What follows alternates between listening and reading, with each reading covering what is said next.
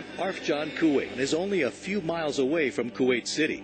We could see the skyline during our journey to the base. Soldiers throughout the Middle East theater regularly take MWR trips to see the city and its cultural sites.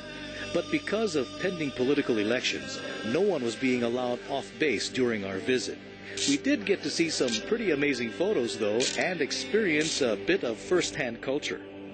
Kuwait is a very different country, that's for sure. There are a lot of rules about public affection that are strictly enforced. But for this camel, the only rule is don't fall off. Yeehaw!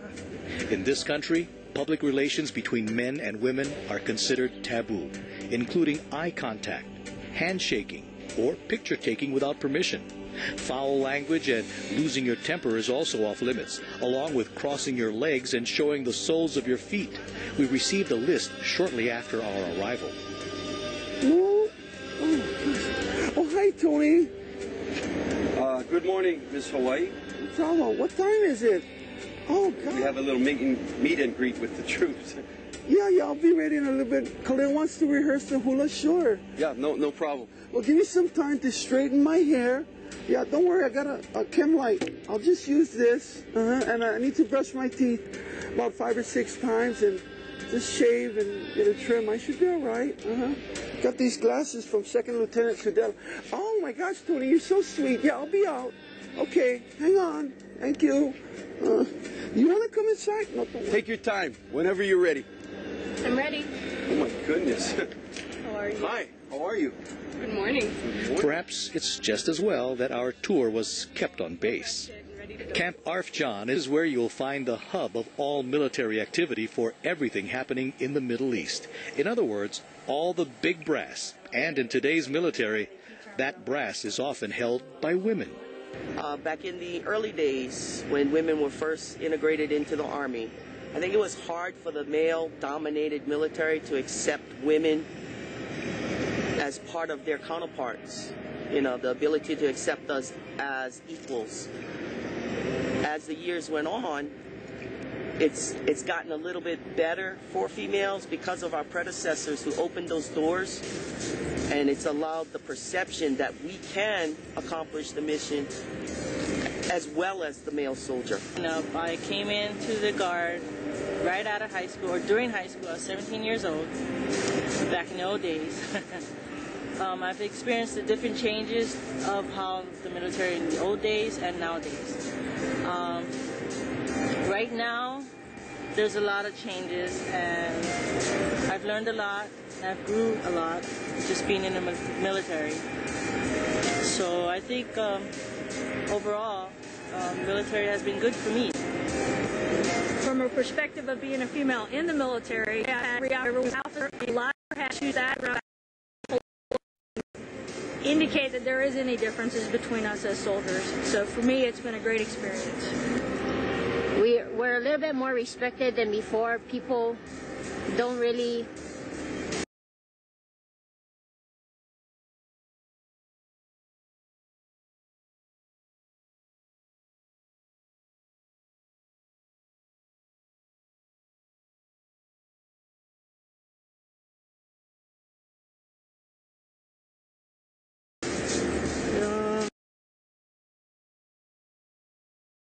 You know, as my OIC or my officer in charge, he makes us, as an engineer section, go out there in the field and work, get down and dirty with the guys and actually do what back then would be all male or a dominant male job. So it's actually really good compared to the years before, and I'm glad that the Army has changed. I joined out of high school, and I didn't have a whole lot of support from my parents joining. I stayed in 3 years active, and my parents had begged me, please get out already, because we were going to Somalia, and I decided, okay, time to go to college then. So joined the college, but I stayed in the National Guard the entire time. I've been in 18 years now, and so my family really supports me in what I do, and especially the military, and just the support that my entire family has given me has been just amazing. They've seen the opportunities that the military has given to me by my education and traveling. So I've seen a whole lot more than some of my peers in high school or even college. Just the fact that I've been around the world and I'm on my second deployment, it's just the opportunities that the military has given me. It's just been amazing.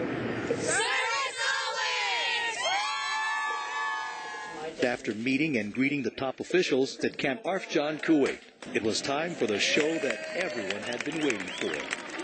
29th Brigade! Yeah!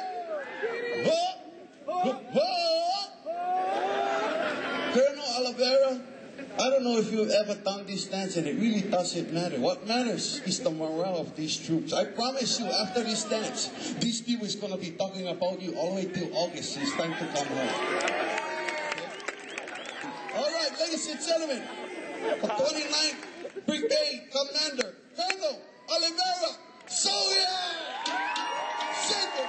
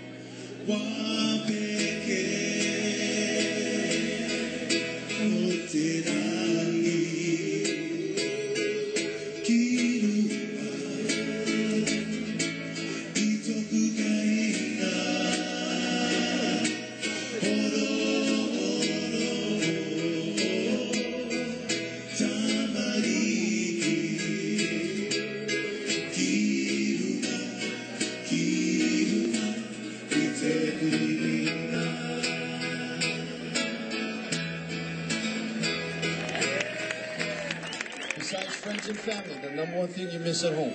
Pokey and poi. Pokey and poi. That's not what you're thinking, troops. Pokey is raw fish. Raw fish. And poi is a type of staple we eat there in the islands. Takes the place of mashed potatoes and rice. It's a starch, poi, made from taro. How about another round of applause for one of Hawaii's own Hawaiian Islands? Let's give it up for PET.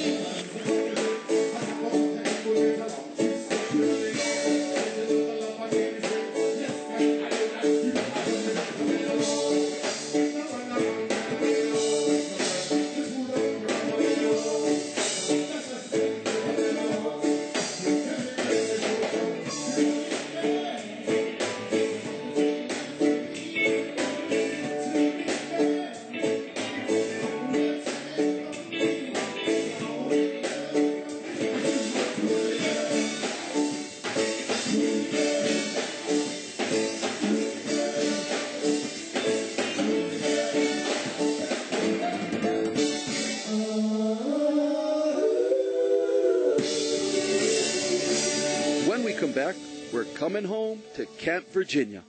Shout out to my wife, my 2 kids. Love you guys. Daddy gonna be home soon, so hang in there.